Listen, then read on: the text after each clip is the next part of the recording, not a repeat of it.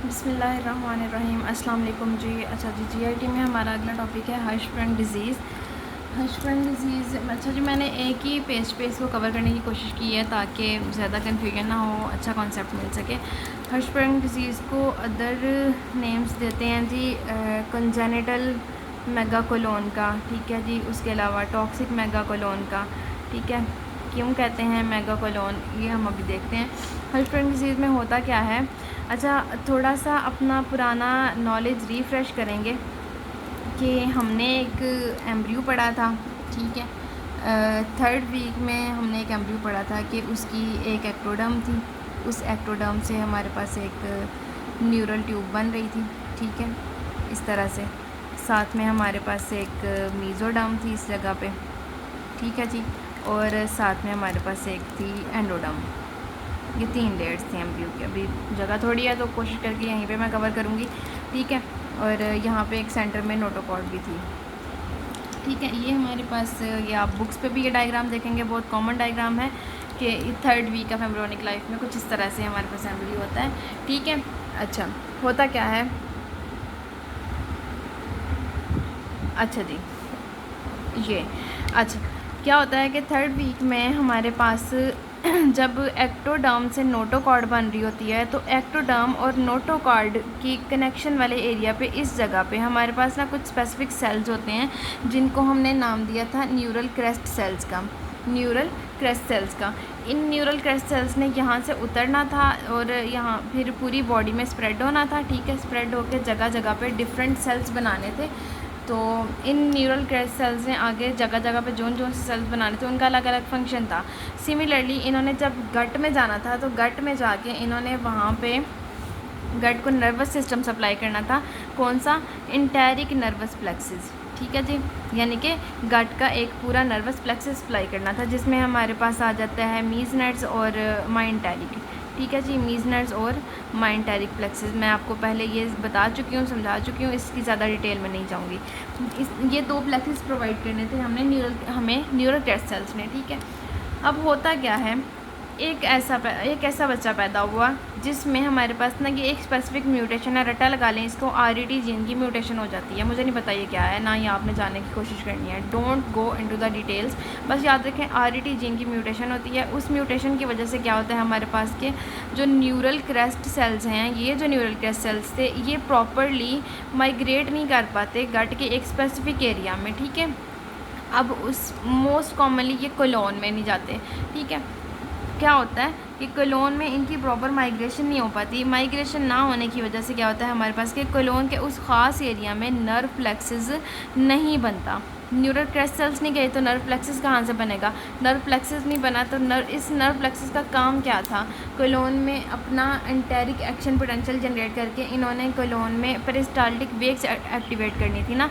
Plexus नहीं है तो कोई पेरिस्टालसिस नहीं होगी। पेरिस्टालसिस नहीं होगी तो गट के जिस एरिया में, फ़र्ज़ किया इस एरिया में हमारे पास क्या है जनाब, न्यूरल क्रेस्ट सेल्स नहीं आए तो इस एरिया में पेरिस्टाल्टिक वेव्स नहीं आ रही, ठीक है। तो इससे पीछे जितना एरिया है, उस एरिया में पीछे से जितना भी जो है ना फूड कंटेंट आ रहा है, स्टूल आ रहा है, वो इस एरिया में सारा कलेक्ट होने लग जाएगा, ठीक है।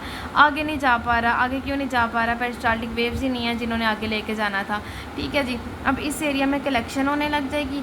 कलेक्शन होगी तो जो इसको कहते हैं प्रॉक्सिमल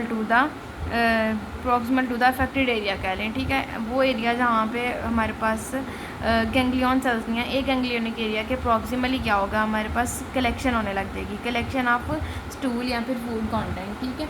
कलेक्शन हुई तो उस एरिया में एनलार्जमेंट होने लग गई। एनलार्जमेंट हुई तो उसको, अब एनलार्जमेंट क्या होता है, एक चीज़ बड़ी हो रही है ना तो मेगा हो रही है। मेगा हो रही है तो कोलोन का वो वाला पोर्शन जो एनलार्ज होता जा रहा है उसको हम फिर कह देते हैं mega colon.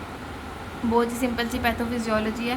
Neural crest sales की माइग्रेशन नहीं हो पाती कोलोन के एरिया में, माइग्रेशन नहीं होती तो वो गैंग्लियन नहीं बना पाते, गैंग्लियन नहीं हुआ तो नर्व प्लेक्सिस नहीं हुए, नर्व प्लेक्सिस नहीं है तो उस जगह पे जो लोकल हमारे पास कॉन्ट्रैक्शंस हैं वो जनरेट नहीं होती, ठीक है। कॉन्ट्रैक्शंस यानी कि पेरिस्टाल्टिक वेव जनरेट नहीं हो रही, पेरिस्टालसिस नहीं हो रही, तो हमारे पास क्या होगा कि जो फूड कंटेंट है उस एरिया में आगे जा ही नहीं पाएगा, उसके प्रॉक्सिमली कलेक्शन होने लग जाएगी। उस कलेक्शन की वजह से जो प्रॉक्सिमल एरिया है उसकी एनलार्जमेंट हो जाएगी। एनलार्जमेंट को कहते हैं मेगाकोलोन, ठीक है। अब ये मेगाकोलोन, इसको कॉन्जेनिटल भी कहते हैं, ठीक है। कॉन्जेनिटल क्यों कहते हैं वो भी बताती हूँ, और टॉक्सिक भी कहते हैं। टॉक्सिक क्यों कहते हैं वो भी बताती हूँ, ठीक है। अच्छा जी, कॉन्जेनिटल मेगाकोलोन क्यों कहते हैं? बेबी हमारे पास पैदा हुआ और हम अक्सर बच्चे हमारे पास जब आते हैं तो हम उनके अटेंडेंट से पूछते हैं कि इसने पखाना किया या नहीं, इसने स्टूल पास किया या नहीं, मिकोनियम पास किया या नहीं। क्यों ज़रूरी होता है? इसलिए ज़रूरी होता है, अगर within 48 hours baby meconium pass नहीं कर रहा तो उसमें बहुत ज़्यादा रिस्क होता है कि लेटर ऑन उसको क्या होगा, हमारे पास हर्शस्प्रंग डिजीज़ डेवलप हो सकती है, या फिर ये प्रीडिस्पोजिंगली हर्शस्प्रंग डिजीज़ ही है लेटर ऑन, जिसको बहुत ज़्यादा कॉन्स्टिपेशन होगी और फिर डायग्नोज हो जाएगा हर्शस्प्रंग डिजीज़ के साथ, ठीक है। अच्छा, इसलिए विद इन 48 आवर्स नियोनेट का स्टूल पास करना बहुत ज़रूरी होता है, ठीक है। उसके अलावा हमारे पास बच्चा प्रेजेंट करेगा, एब्डोमिनल डिस्टेंशन होगी, उसके अलावा बिलियस वॉमिटिंग होगी, यानी कि ग्रीनिश वॉमिटिंग होगी, ग्रीन कलर की। ग्रीन कलर की क्यों होगी? वॉमिटिंग आ रही होगी पीछे इंटेस्टाइन से। स्टमक है, स्टमक के नीचे इंटेस्टाइंस होती हैं, इंटेस्टाइन से जो हमारे पास फूड कंटेंट आ रहा होगा वो हमारे पास ग्रीनिश होगा बाइल की वजह से, ठीक है। तो इसलिए बिलियस वॉमिटिंग आएगी। अब ये जो कंजेनिटली बेबी स्टूल पास नहीं करता, कॉन्स्टिपेशन हो रही है, इसकी वजह से इसको नाम दिया गया कंजेनिटल मेगाकोलोन का, ठीक है। टॉक्सिक मेगाकोलोन क्यों कहते हैं?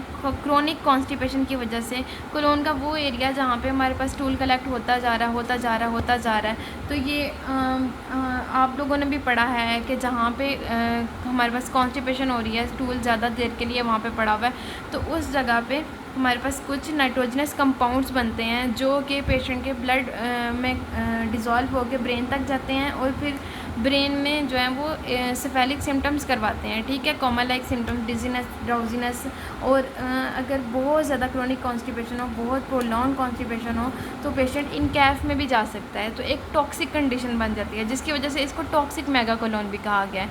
आई होप आपको समझ आ रही होगी।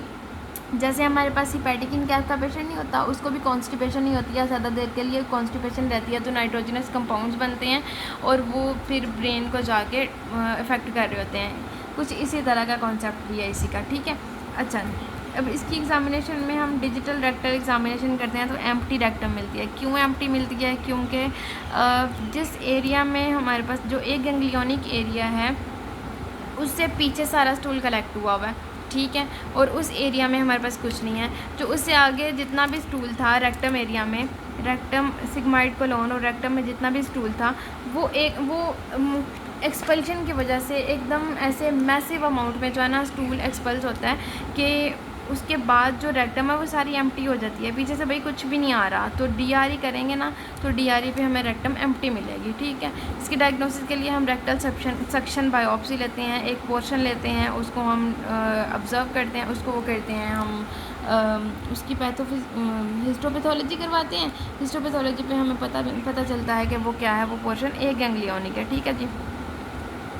उसके बाद हम इसकी ट्रीटमेंट करते हैं। ट्रीटमेंट में रिसेक्शन करनी होती है। रिसेक्शन उस पोर्शन की करते हैं जिस पोर्शन में हमारे पास नर्व प्लेक्सेस नहीं है।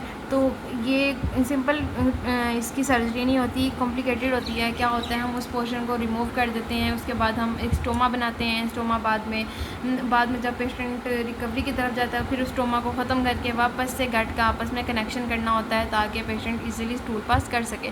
तो ये एक प्रोलॉन्ग सर्जरी होती है। तो बस अपने ध्यान में रखें कि हमने जो पोर्शन एक गैंग्लियोनिक है उसको हमने रिसेक्ट करना होता है, ठीक है। अच्छा जी, अब इसकी स्ट्रॉन्ग एसोसिएशन है डाउन सिंड्रोम के साथ। डाउन सिंड्रोम एक बच्चों में हर्शस्प्रंग डिजीज़ की स्ट्रॉन्ग एसोसिएशन होती है, रिस्क बहुत ज़्यादा होता है। ये तो कि हमारे पास हर्शस्प्रंग डिजीज़ मैंने कोशिश की है कि मुकम्मल डिटेल में आपको बताया जाए। अभी तक आपको कोई मसला हो you can ask me. Thank you.